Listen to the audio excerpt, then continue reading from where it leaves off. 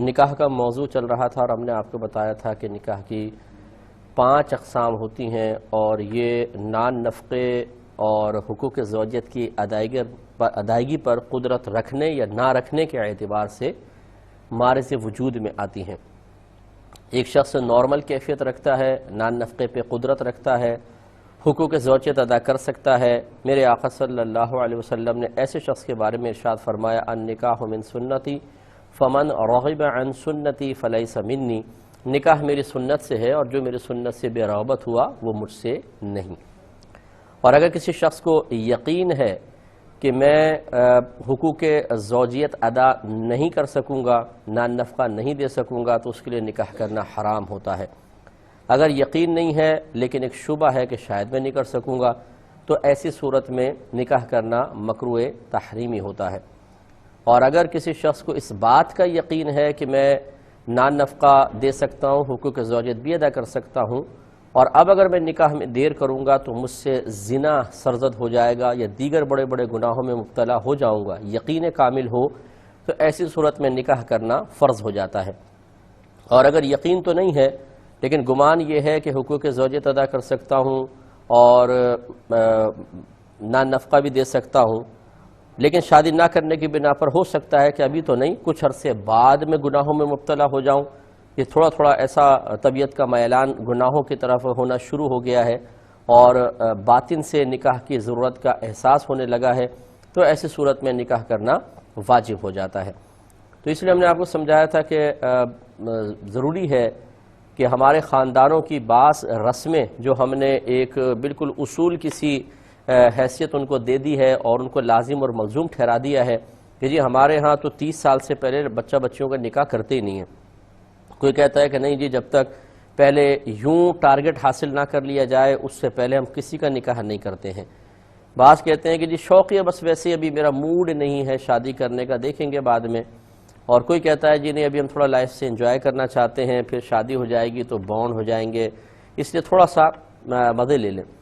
تو اس طرح اگر کوئی دیر کرتا ہے کسی بھی وجہ سے، حالانکہ نان نفقے کی ادائیگی پہ قدرت بھی ہے، حقوق زوجیت کی ادائیگی پہ قدرت بھی ہے، اور پھر اس طرح دیر کرنے کی وجہ سے انسان گناہ میں مبتلا ہو جائے گا، تو پھر اس کے لیے نکاح کرنا یا تو فرض تھا یا واجب، چنانچہ ترک کرنے پر یا تو حرام کا مرتکب ہو رہا ہے یا مکروہ تحریمی کا۔ اور اگر کچھ بھی نہیں ہے یعنی طبیعت نارمل ہے، تب بھی میرے آقا صلی اللہ علیہ وسلم نے اظہار ناراضگی فرمایا، اس لیے ہم نے آپ کو سمجھایا تھا کہ نکاح کرنے میں دیر نہیں کرنی چاہیے۔ بچی ذرا میچور ہو گئے ہیں اور وہ خود بھی اگر نہیں بھی ذہنی طور پہ تیار ہیں، ان کو تھوڑا سمجھایا جائے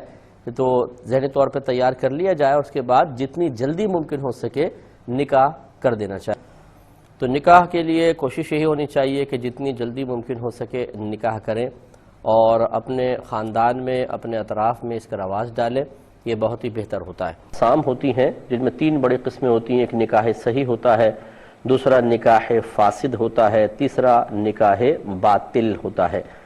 نکاح صحیح اسے کہتے ہیں کہ جس کو شریعت نکاح مانتی ہے، اس میں کسی قسم کا فساد نہیں ہوتا، گویا کہ اس میں تمام تر قیودات شرعیہ اور احکام شرع جو اس نکاح سے متعلق ہیں ان کا لحاظ رکھا جاتا ہے، تو اس کو کہا جاتا ہے نکاح صحیح۔ جس کے لیے اگر لڑکا لڑکی نکاح کر رہے ہوں، جسے ہمارے ہاں شادی ہوتی ہے، اس میں حقیقتاً بہت سارے لوگ ہوتے ہیں، وکیل بھی بنتا ہے، گواہ بھی ہوتے ہیں، لیکن حقیقتاً ایجاب و قبول لڑکا لڑکی کی طرف سے ہو رہا ہوتا ہے، تو اس لیے جو ایجاب و قبول کرنے والے ہیں وہ عاقل و بالغ ہوں۔ اگر از خود کر رہے ہیں اور اگر ان کے ولی کر رہے ہیں وہ نابالغ ہیں مثال کے طور پہ، تو پھر ان کے ولی ان کی طرف سے ایجاب و قبول کریں گے، جس کے بارے میں بتا چکا ہوں کہ والد یا دادا جو ہیں قریب ترین ولی ہوتے ہیں، اگر وہ بچوں کے نکاح کرتے ہیں تو بالکل ٹھیک ہے، نابالغ کے کر سکتے ہیں۔ اگرچہ آج کل کے دور کے اعتبار سے ہمارا مشورہ یہی ہوگا کہ اس طرح بچپن میں بچوں کے نکاح نہ کیے جائیں، بلکہ ان کی تربیت آپ اچھے انداز سے کریں تاکہ بلوغت کے بعد وہ آپ کا ادب و احترام رکھ کر اور آپ کی تجرباتی رائے کا بھی لحاظ رکھیں۔ لیکن جو ہمارے ہاں بعض خاندانوں میں اب بھی ایسا ہوتا ہے کہ بچپن میں نکاح کر دیے جاتے ہیں، تو یہ ایک طریقے سے بچوں کے لیے بعض اوقات بہت بڑی آزمائش بن جاتی ہے کہ بلوغت کے بعد ان کا طبیعت کا میلان علیحدہ ہو جاتا ہے۔ خاندان کے جو بڑے ہوتے ہیں وہ اپنی طبیعت کے لحاظ سے معاملات کو دیکھ رہے ہوتے ہیں، یہ نہیں سوچتے کہ یہ بچے کالجز میں جا چکے ہیں، یونیورسٹیز میں جا چکے ہیں، مختلف سوچ رکھنے والے افراد کے درمیان اٹھتے بیٹھتے ہیں، جدید ٹیکنالوجی بھی آ گئی ہے، میڈیا بہت زیادہ فعال ہو چکا ہے جو طبیعتوں پر اور سوچوں پر، افکار پر بہت گہرا اثر چھوڑ رہا ہے۔ تو اب بچوں کی سوچ بدل چکی ہے، اب آپ اپنی سوچ ان پہ اگر مسلط کریں گے، ہو سکتا ہے وہ سر اطاعت خم کر دیں، سر جھکا کے بات مان لیں، لیکن بہرحال اپنی طبیعت کے تقاضوں کو کوئی مکمل طور پہ دبا نہیں سکتا ہے۔ پھر آپ نے ایسی جگہ شادی کر دی کہ لڑکی لڑکے کو پسند نہیں کر رہی، اور لڑکے کی طبیعت لڑکی کے ساتھ میل نہیں کھا رہی، ذہنی ہم آہنگی کا فقدان ہے، تو لہٰذا پھر دو ڈمیز ہیں، دو روبوٹ ٹائپ ہیں جو ایک گھر کے اندر رہ رہے ہیں کہ گھر کا پہیہ چلانا ہے، لیکن کوئی جذبات و احساسات اور فیلنگ نہیں ہوتی ہیں، اور بعض اوقات اس طرح گھٹ گھٹ کر بیماریوں کے اندر انسان مبتلا ہو جاتا ہے۔ تو بہرحال لڑکا لڑکی عاقل و بالغ ہوں، اپنا اگر نکاح کر رہے ہیں، اور ورنہ اگر ولی کر رہے ہیں تو ان کا بچے اگر نابالغ ہیں تو پھر اولیاء کریں گے۔ اور جب یہ نکاح ہو تو لڑکا لڑکی ایک مجلس، یعنی ایجاب و قبول ایک مجلس کے اندر ہونا چاہیے، یوں نہ ہو کہ ایجاب کو ہی یو کے میں کیا جا رہا ہے اور قبول پاکستان میں، جیسے کہ ٹیلی فون پر اکثر نکاح ہوتے ہیں۔ تو اس کے بارے میں انشاءاللہ بعد میں عرض کر دوں گا۔ ایجاب اور قبول ایک جگہ پر ہونا چاہیے، لڑکی اس جگہ ہو یہ ضروری نہیں ہے۔ جیسے ہمارے یہاں ایسا ہوتا ہے کہ لڑکا ایک محفل میں بیٹھا ہوا ہے، لڑکی دوسری جگہ پر ہے، وکیل جاتا ہے، اس سے اجازت لے کر آتا ہے، اور پھر آ کر کہتا ہے کہ قاضی صاحب کو کہ ہم آپ کو اجازت دیتے ہیں جی آپ نکاح پڑھا دیں۔ یہ جو وکیل کہہ رہا ہے نا کہ آپ نکاح پڑھا دیں، یہ یا پھر جو قاضی صاحب ہیں وہ جب لڑکے سے کہتے ہیں کہ میں اپنی موکلہ کا نکاح آپ کے ساتھ حق مار کے عوض میں کرتا ہوں، آپ نے قبول کیا، تو یہ بن جاتا ہے ایجاب، اور لڑکا اس کے جواب میں قبول کہہ رہا ہوتا ہے تو یہ قبول۔ یہ دونوں ایک مجلس اور محفل میں ہو گئے، تو ایجاب و قبول ایک مجلس اور محفل میں ہونا ضروری ہوتا ہے۔ اور اس کے علاوہ جب یہ دونوں مسلمان ہیں تو ان کے دو گواہ ہونے چاہیے جو عاقل ہوں، بالغ ہوں، مسلمان ہوں، دو مرد یا ایک مرد اور دو عورتیں، اور وہ دونوں گواہ نکاح کی محفل میں موجود ہوں اور ایک ساتھ ایجاب و قبول کو اپنے کانوں سے باقاعدہ سنیں۔ یہ نہ ہو کہ ایک غائب ہے، دوسرا موجود، پھر دوسرا چلا گیا، پہلا موجود، ایسا نہیں، دونوں اس وقت موجود ہیں، ایک ساتھ اس کو سنیں، اور جو نکاح کیا جائے وہ ماضی کے الفاظ سے ہو یا حال کے الفاظ سے ہو، مستقبل کے الفاظ سے نہیں ہوگا۔ میں نکاح کر لوں گا، میں قبول کر لوں گا، یہ نہیں، اس سے نکاح نہیں ہوتا اس طرح۔ اچھا یہ یاد رکھیے کہ گواہ ضروری نہیں ہے کہ جو آپ نے فارم میں لکھے ہیں وہی گواہ ہوں، یعنی انہی کو گواہ مانا جائے۔ گواہ انہیں کہتے ہیں جو جائے وقوع پر موجود ہوں، چیز کو دیکھ رہے ہوں، سن رہے ہوں، وہ سب کے سب گواہ ہوتے ہیں۔ تو شرعی لحاظ سے جتنے اس نے نکاح کی مجلس و محفل میں قریب رہ کر ایجاب و قبول کی آواز کو اپنے کانوں سے سن رہے ہیں اور اس ہوتے ہوئے نکاح کو دیکھ رہے ہیں، وہ سب کے سب گواہی کہلائیں گے۔ جیسے کہ آپ پچھلے پروگرامز میں نکاح سے کی جو بیسکس ہیں اس کے بارے میں سنتے چلے آ رہے ہیں، آج جو نکاح صحیح ہوتا ہے اس کے بارے میں تھوڑی سی میں گزارش عرض کرتا ہوں۔ نکاح صحیح سے مراد یہ ہوتا ہے کہ وہ نکاح جو تمام تر قواعد شرعیہ، احکام شرعیہ کا لحاظ رکھ کر کیا جائے۔ اس کے لیے چند چیزیں ضروری ہوتی ہیں۔ ایک تو یہ ہے کہ لڑکا اور لڑکی یعنی دلہا اور دلہن اگر از خود نکاح کر رہے ہیں تو دونوں عاقل و بالغ ہونے چاہیے، اور اگر وہ نہیں کر رہے بلکہ ان کے ولی کر رہے ہیں، ولی سے مراد ولی اسے کہتے ہیں جس کا قول دوسرے پر نافذ ہو جائے، یعنی اس کا قول دوسرے پر جبراً نافذ ہو، اس کو ولی کہا جاتا ہے حقیقتاً۔ تو اگر مثال کے طور پر نکاح کے باب میں سب سے قریب ترین ولی بیٹا ہوتا ہے، سب سے قریب ترین، جیسے مثال کے طور پہ کوئی بیوہ خاتون ہے تو ان کا بیٹا اگر ان کا نکاح کہیں کرنا چاہے تو وہ کر سکتا ہے، یعنی اس کو اس طرح کا اختیار ہوتا ہے، قریب ترین ولی وہ ہوتا ہے۔ دوسرا پھر باپ ہوتا ہے، تو ہمارے ہاں آج کل کوئی بیٹے کا تو تصور نہیں ہے، یعنی اس باب میں بیٹے کو فوقیت دینے کا تصور نہیں ہے۔ پہلے دور میں تھا تو عموماً ایسا ہوتا ہے کہ والد صاحب جو ہوتے ہیں وہ بچوں کا نکاح کرتے ہیں، تو یہ ہو سکتا ہے کہ ولی اپنے بچے یا بچی کا نابالغی میں کسی کے ساتھ نکاح کر دے، تو یا تو از خود نکاح کریں لڑکا لڑکی تو عاقل بالغ ہونا ضروری ہے، اور اگر ولی نکاح کریں تو پھر ان کا بالغ ہونا ضروری نہیں ہے، لیکن وہ ولی نکاح کرے گا تو منعقد ہوگا۔ اور یہ ایک ایسا نکاح ہوتا ہے کہ اگر باپ یا دادا نکاح کر دے تو اتنا قوی نکاح ہوتا ہے کہ بالغ ہو جانے کے بعد لڑکا اور لڑکی اسے ختم نہیں کر سکتے۔ ہاں اگر باپ یا دادا کے علاوہ کوئی بھی نابالغ بچہ بچی کا نکاح کریں گے، مثلا ماموں نے کر دیا، چچا نے کر دیا، پھپھا نے کر دیا،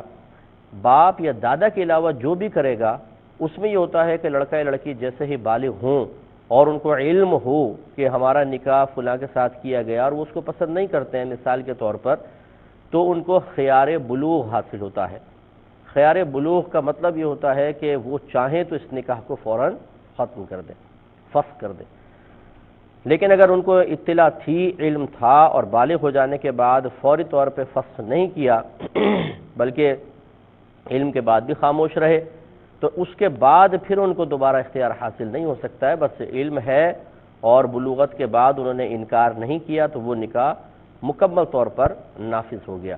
لیکن باپ دادا کا کیا ہوا نکاح ایک ایسا نکاح ہوتا ہے کہ بلوغت کے بعد لڑکا لڑکی کو بھی اس کا اختیار نہیں ہوتا کہ اس کو ختم کریں۔ اب آپ یہ ضرور کہہ سکتے ہیں کہ اگر باپ یا دادا نے غلط جگہ نکاح کر دیا تو کیا پھر بھی بچہ بچی نہیں کر سکتے؟ تو دیکھیں فقہا نے واضح طور پہ یہ لکھا ہے کہ باپ یا دادا اگر لڑکا یا لڑکی کا غلط مقام پر نکاح کر دیتے ہیں جو مناسب نہیں ہے، ایک مناسب نہ ہونا ایسا ہوتا ہے کہ لڑکا لڑکی کو پسند نہیں، اگر دنیا والوں سے پوچھیں، خاندان والوں سے پوچھیں تو وہ کہیں یہ بہترین رشتہ ہے، لیکن لڑکا لڑکی کہہ رہے ہیں کہ ہمارے حق میں اچھا نہیں ہے، ہمیں پسند نہیں ہے وغیرہ وغیرہ، تو ان بچہ بچی کی پسند کا اعتبار نہیں، یہاں پر واقعی اگر انہوں نے جو اس وقت ایک معاشرے میں اچھا رشتہ کہا جاتا ہے وہاں پر نکاح کیا ہے تو پھر یاد رکھیے کہ یہ نکاح نافذ ہے۔ لیکن بالفرض اگر یہ معلوم ہو کہ انہوں نے ایسی جگہ نکاح کر دیا ہے کہ جو غیر مناسب تھا، مثال کے طور پہ بھی لڑکی نابالغہ تھی، 6-7 سال کی تھی اور انہوں نے نکاح کر دیا اس کا ایک ایسے شخص سے جو پہلے 4 بچوں کا باپ ہے، اس کی دولت دیکھ کر کچھ بھی کر کے، اب وہ لڑکی بالغ ہوئی، باپ نے اگر کیا ہے مثال کے طور پر تو وہ اس کو ختم نہیں کر سکتی ہے، لیکن یہ ثابت ہو گیا کہ اس باپ نے ایک بچی کا نکاح غلط مقام پر کر دیا ہے،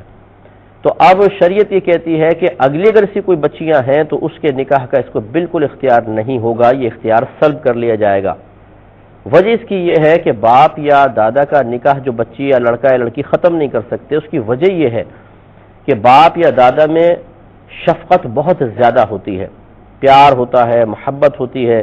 تو یہ کیسے ہو سکتا ہے کہ وہ غلط جگہ اس کا نکاح کرے؟ لہذا ان کے وفور شفقت کی وجہ سے بیٹا بیٹی کا اختیار سلب کر لیا گیا۔ لیکن جب ایک ظاہر ان کی شفقت کے خلاف ہوا کہ ظاہر میں ایک ایسے شخص سے نکاح کر دیا جو خلاف شفقت کہلاتا ہے کہ کوئی اپنی بچی کسی جس سے جو محبت کرے اپنی بچی سے ایسے جگہ پہ اس کا نکاح کر دیا گیا، تو یہ ظاہر ہو گیا کہ اس میں شفقت کی کمی ہے، تو پھر جب شفقت کی کمی ظاہر ہو گئی تو اس کو آگے اختیار نہیں ہوگا، اس کو سلب کر لیا جائے گا اختیار، آپ کوئی اور جو قریبی دوسرا قریبی ولی ہوگا اس کو اختیار دیا جائے گا کہ آپ نکاح کرنا چاہیں تو کریں، یا لڑکا لڑکی عاقل بالغ خود ہوں تو پھر وہ اپنا نکاح بعد میں خود کر سکتے ہیں۔ لڑکا لڑکی عاقل و بالغ ہوں اور 2 گواہ وہاں پر باقاعدہ موجود ہوں، اور وہ دونوں گواہ اگر یہ لڑکا لڑکی عاقل بالغ اور مسلمان ہیں تو پھر ان کے یعنی مسلمان ہیں تو پھر ان کے گواہ کا بھی مسلمان ہونا ضروری ہے، اور وہ دونوں گواہ بھی عاقل ہوں، بالغ ہوں، مسلمان ہوں، 2 مرد ہوں یا 1 مرد اور 2 عورتیں، ان کے سامنے ایجاب و قبول ہو تو یہ ایجاب و قبول صحیح ہے۔ اور اگر نکاح مہر مقرر کیا گیا ہے، جیسے آج کل ہوتا ہے نکاح نامے میں پہلے مہر لکھ لیا جاتا ہے کہ بھی اتنا اتنا ہے، اگر باقاعدہ مہر مقرر ہوا ہے تو اس کا ذکر کرنا بھی ضروری ہوگا، تب نکاح مکمل ہوگا، ورنہ نکاح مکمل نہیں ہوگا۔ یہ نکاح صحیح کے بارے میں آپ کو بتا رہا ہوں کہ لڑکا لڑکی عاقل و بالغ ہوں، نمبر 2 وہ دونوں ایجاب و قبول کریں اور زبان سے الفاظ ادا کریں۔ یہ نہیں ہے کہ خالی لڑکے نے لکھا میں نے تمہیں بحیثیت زوجہ قبول کیا، یا لڑکی نے لکھا کہ میں نے تمہیں اجازت دی کہ تم میرا نکاح اپنے ساتھ کر لو، بول نہیں رہے بالکل، اور لڑکے نے جواب میں لکھ دیا میں نے قبول کیا، یہ نکاح نہیں ہوگا۔ قول سے نکاح ہوتا ہے، تحریر سے نکاح نہیں ہوتا، ذرا یاد رکھیے گا۔ لیکن طلاق میں اور نکاح میں فرق ہے کہ طلاق تحریر سے ہو جاتی ہے، نکاح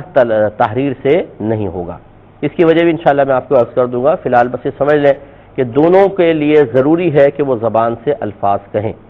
اور وہ الفاظ یا تو پاسٹ کے ہوں یا پریزنٹ کے ہوں، ماضی یا حال، میں نے تجھ سے نکاح کیا،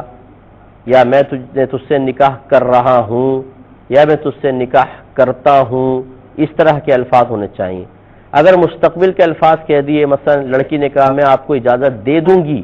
کہ آپ میرا نکاح اپنے ساتھ کر لیں، لڑکے نے جواب میں کہا میں آپ کو قبول کر لوں گا، تو یہ نکاح نہیں ہوا، کیونکہ مستقبل کے الفاظ ادا کر رہے ہیں۔ ہاں، لڑکی نے اگر کہا کہ میں آپ کو اجازت دیتی ہوں کہ آپ میرا نکاح اپنے ساتھ کر لیں، اور لڑکا جواب میں کہے میں نے قبول کیا، ماضی کا کہہ دے، یا میں قبول کرتا ہوں، حال کا کہہ دے، یہ ہو جائے گا۔ تو لڑکا لڑکی دونوں عاقل ہوں، بالغ ہوں، دونوں ایجاب و قبول زبان سے کریں، اور ان کے اور الفاظ ماضی کے یا حال کے ہوں، اور ان کے سامنے دو گواہ ہونے چاہیے، دونوں گواہ عاقل ہوں، بالغ ہوں، اور اگر یہ لڑکا لڑکی مسلمان ہے تو وہ مسلمان ہونا بھی ان کا شرط ہے، اور وہ دونوں ان کے ایجاب و قبول کو باقاعدہ ایک ساتھ ایک ہی مجلس میں سن رہے ہوں۔ ایسا نہیں کہ ایک گواہ نے سنا پھر چلا گیا، پھر دوسرا آیا اس نے سنا، تو یہ نکاح نہیں ہوگا، کیونکہ ایک وقت میں دونوں نے ایک ساتھ نہیں سنا ہے۔ یا ایک مرد اور دو عورتیں ہوں۔ نکاح صحیح یہ ہوگا کہ لڑکا لڑکی عاقل و بالغ ہوں، ایجاب و قبول الفاظ سے کریں، ماضی یا حال کے الفاظ کہیں، دو گواہ موجود ہوں، اگر یہ لڑکا لڑکی مسلمان ہے تو دونوں مسلمان ہوں، دو مرد ہوں یا ایک مرد اور دو عورتیں، اور وہ دونوں گواہ ان کی باتوں کو خاص طور پہ اپنے کانوں سے سنیں اور ایک ہی مجلس میں ایک ساتھ سنیں تو نکاح واقع ہوگا۔ ہاں، اگر گونگے ہیں مثال کے طور پہ لڑکا لڑکی، اور جو وہ سامنے بیٹھے ہیں وہ بہرے ہیں اور اشارہ سمجھتے ہیں اچھی طریقے سے گونگوں کا، تو اشاروں سے بھی نکاح وسلم نے ناپسند فرمایا، اور اسی کے بارے میں ارشاد ہوتا ہے کہ نکاح من سنتی فمن رغب عن سنتی فلیس منی، کہ سرکار نے ارشاد فرمایا کہ جو نکاح میری سنت سے ہے اور جو میری سنت سے بے رغبت ہوا وہ مجھ سے نہیں۔ اور پھر اس کے برعکس انہی کے اندر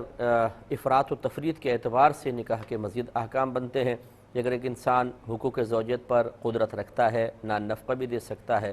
اور پھر نکاح نہیں کرتا، اور یقین ہے کہ نکاح نہ کرنے کی وجہ سے زنا میں مبتلا ہو جاؤں گا، تو نکاح کرنا فرض ہو جاتا ہے۔ اور اگر یقین تو نہیں ہے لیکن طبیعت کا میلان شروع ہو گیا اور گمان ہے کہ شاید میں زنا میں مبتلا ہو جاؤں، تو پھر نکاح کرنا واجب ہو جائے گا۔ اور اگر کوئی شخص حقوق زوجیت پر بالکل ادائیگی پر قدرت نہیں رکھتا ہے، نان نفقہ نہیں دے سکتا ہے، اسے نکاح کرنا حرام ہوتا ہے۔ اور اگر اس کو یقین تو نہیں ہے لیکن شبہ ہے کہ شاید حقوق زوجیت ادا نہ کر سکوں، شاید میں مستقل نان نفقہ نہ دے سکوں، تو اس کے لیے نکاح کرنا مکروہ تحریمی ہوتا ہے، یعنی حرام کے نزدیک ہوتا ہے۔ پھر آپ کو بتایا تھا کہ نکاح کے صحیح ہونے کے لیے کچھ شرطیں ہیں۔ ایک تو یہ کہ جو لڑکا لڑکی اگر آپس میں دونوں نکاح کر رہے ہوں تو دونوں کا عاقل اور بالغ ہونا شرط ہے۔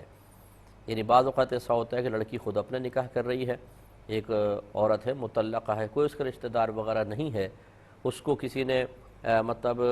نکاح کی آفر کی ہے، اس نے قبول کر لیا، اب لڑکا سامنے ہے، لڑکی ادھر بیٹھی ہوئی ہے، دو گواہ موجود ہیں، تو از خود بھی بالغ لڑکا بالغ لڑکی اپنا نکاح کر سکتے ہیں۔ اور اگر نابالغ ہیں تو ان کا ولی جو قریبی رشتہ دار ہے وہ ان کا نکاح کر سکتا ہے، جیسے میں نے بتایا تھا باپ ہے یا دادا ہے وہ نکاح کرے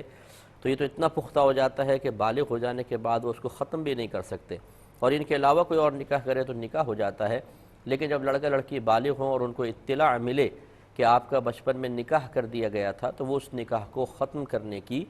صلاحیت رکھتے ہیں، ختم کرنے کا اختیار رکھتے ہیں، اس کو خیار بلوغ کہا جاتا ہے۔ لیکن یہ باپ دادا کے علاوہ میں حاصل ہوتا ہے، ویسے نہیں۔ اور اگر اب یہ جو میں نے پیچھے میں جملہ کہا کہ لڑکا لڑکی عاقل بالغ ہوں تو از خود اپنا نکاح کر سکتے ہیں،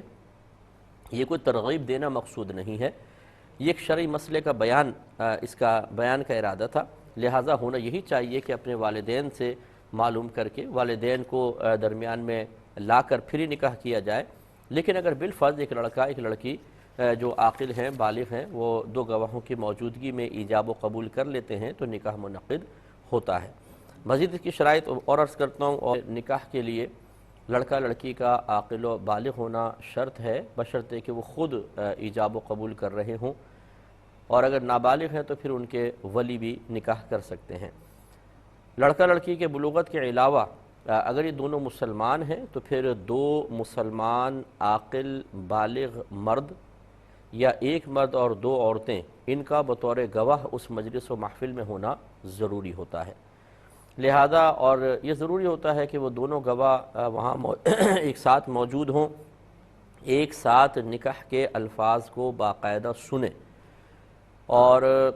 یہ ضروری نہیں ہے کہ وہ ان کو سمجھ بھی آئے۔ مثال کے طور پر کوئی آپ کے ایسے دوست ہیں جو کسی اور کنٹری سے تعلق رکھتے ہیں اور آپ کی اردو یا کوئی اور لینگویج جو آپ کی ہے وہ سمجھتے نہیں ہیں، لیکن انہیں یہ پتہ ہے کہ یہ نکاح کی محفل ہو رہی ہے، اور اتنا ان کو ملکہ حاصل ہے کہ جن الفاظ سے آپ نے نکاح کیا اگر بعد میں کبھی ان سے پوچھا جائے کہ وہ الفاظ دہرا دیں، چاہے ان کا مفہوم نہ معلوم ہو، وہ الفاظ دہرا سکیں، تو پھر یہ نکاح ہو جائے گا۔ تو گویا کہ دو عاقل بالغ مسلمان مرد یا ایک مرد دو عورتیں بطور گواہ وہاں موجود ہوں، ان دونوں کے سامنے ایک ساتھ ایجاب و قبول ہونا ضروری ہے، دونوں ایک ساتھ سنیں تو نکاح منعقد ہوگا۔ اگر بغیر گواہوں کے نکاح کریں تو یہ نکاح فاسد کہلاتا ہے۔ نکاح صحیح کے لیے دو گواہ ہونا ضروری ہوتے ہیں۔ اس کے علاوہ یہ بھی یاد رکھیے کہ جب لڑکی سے، ہمارے ہاں رواج کیا ہے کہ لڑکی وہاں پر موجود نہیں ہوتی نکاح کی مجلس اور محفل میں، تو ایک وکیل صاحب دو گواہوں کے ساتھ بچی کے پاس جاتے ہیں، جن کو نکاح کے وکیل کے گواہ کہتے ہیں، یہ نکاح نامے میں لکھا ہوتا ہے۔ تو یاد رکھیں کہ لڑکی سے اجازت لیتے ہوئے گواہ کا ہونا کوئی ضروری نہیں ہے، لیکن چونکہ ایک قانونی ریکوائرمنٹ ہے اور نکاح نامے میں یہ لکھا ہوتا ہے کہ نکاح کے وکیل کے دستخط، پھر نکاح کے وکیل کے گواہوں کے دستخط، تو اس لیے وہ وکیل صاحب اپنے ساتھ دو گواہ لے جاتے ہیں۔ اب بعض اوقات ایسا ہوتا ہے وکیل صاحب کو خود نہیں پتہ ہوتا مجھے کیا کرنا ہے کیا نہیں کرنا، وہ جا کے لڑکی سے قبول کروا دیتے ہیں کہ آپ نے فلاں بن فلاں کو اتنے حق مہر کے عوض میں قبول کیا، لڑکی قبول کیا کر لیتے ہیں۔ پھر وہ آکے صاحب بولتے ہیں قاضی صاحب کو جی اب لڑکے سے کروا لیں، تو لڑکی سے اجازت لی جاتی ہے اور لڑکے سے قبول کروایا جاتا ہے۔ اگرچہ لڑکی نے اگر یہ کہا میں نے قبول کیا، یہ بھی ایک اجازت ہے، پھر لڑکے سے قبول کروا لیا، نکاح ہو جائے گا، لیکن یہ سنت کے مطابق طریقہ نہیں ہے۔ ہونا ہی چاہیے وکیل صاحب جائیں، دو گواہ آپ کے ساتھ چلے جائیں اور یوں کہیں کہ آپ ہمیں اجازت دیتی ہیں کہ ہم آپ کا نکاح فلاں بن فلاں، لڑکے کا نام پھر والد کا نام، ہم آپ کا نکاح فلاں بن فلاں سے اتنے حق مہر کے بدلے میں کر دیں۔ لڑکی کہے میں نے اجازت دی، اس طرح 3 دفعہ اس سے اجازت لے لیں۔ اب یہ وکیل صاحب کے ہاتھ میں آ گئی اجازت۔ اچھا، اب ایک ہوتی ہے اجازت مقیدہ، ایک ہوتی ہے مطلقہ۔ وکیل یا تو اجازت مقیدہ لے، مقیدہ کا مطلب یہ خاص کسی شخص کا ذکر کر دیا جائے، جیسے قاضی صاحب وہاں بیٹھے ہیں تو وکیل کہے کہ آپ اجازت دیتی ہیں کہ وہ شخص فلاں بن فلاں آپ کا نکاح فلاں بن فلاں سے اتنے حق مہر کے عوض میں کر دے۔ لڑکی نے کہا میں نے اجازت دی، تو پھر تو یہ قاضی صاحب ہی نکاح پڑھائیں گے، انہی کو پڑھانا چاہیے، تب سنت کے مطابق ہوگا۔ ان کے علاوہ کوئی اور پڑھائے گا تو نکاح فضولی کہلائے گا۔ اور یا پھر وکیل صاحب اپنے لیے اجازت لیں اور خدا کا نکاح پڑھا دیں، یہ 2 صورتیں مقیدہ کی ہو گئیں۔ اور یا پھر مطلقاً اجازت لیں کہ بس آپ اجازت دے دیں کہ آپ کا نکاح فلاں بن فلاں سے کر دیا جائے، لڑکی کہے میں نے اجازت دی، اب کوئی بھی نکاح پڑھائے گا وہ نکاح صحیح ہو۔ جیسے اب لڑکی سے اجازت لے لی ہے، اس کو ایجاب کہتے ہیں۔ اب یہ وکیل صاحب جائیں گے نکاح کی مجلس اور محفل میں، اور لڑکی سے اگر مطلقاً اجازت لیں یہی صحیح ہوتا ہے، بس یہ نہ کہیں فلاں پڑھائے گا، بس یہ کہیں کہ آپ اجازت دیتی ہیں کہ آپ کا نکاح فلاں بن فلاں سے اتنے حق مہر کے عوض میں کر دیا جائے، لڑکی کہے میں نے اجازت دی۔ اب یہ وکیل صاحب مجلس اور محفل میں آ جائیں اور قاضی صاحب سے کہیں کہ آپ اپنی موقع میں آپ کو اجازت دیتا ہوں کہ آپ نکاح پڑھائیں، بچی نے آپ کو اجازت دی ہے اور آپ کارروائی شروع کریں۔ اب سمجھ لیں وہ لڑکی جو ہے وہ ان قاضی صاحب کی موکلہ ہو گئی، یعنی انہوں نے گویا کہ ان قاضی صاحب کو وکیل بنایا ہے۔ جب ہم اپنے بعض دنیاوی معاملات کا کسی کو ذمہ دار بنا دیتے ہیں، کام ان کے سپرد کر دیتے ہیں، اس کو وکیل کہا جاتا ہے۔ زندگی میں کسی کے سپرد کریں وہ وکیل کہلاتا ہے، اور بعد وفات کوئی کام سپرد کریں یا میں مر جاؤں تو یوں کر دینا ایسا کر دینا، اس کو وصی کہا جاتا ہے، ذہن میں رکھیے گا۔ وکیل صاحب آ کے قاضی صاحب کو اجازت دے دیں گے، یعنی بتا دیں گے بھائی لڑکی نے آپ کو اجازت دی ہے آپ نکاح پڑھا دیں۔ تو میں آپ کو بتا رہا تھا کہ اپنی زندگی میں جب آپ کسی کو اپنا کوئی کام سپرد کرتے ہیں تو وہ آپ کا وکیل کہلاتا ہے،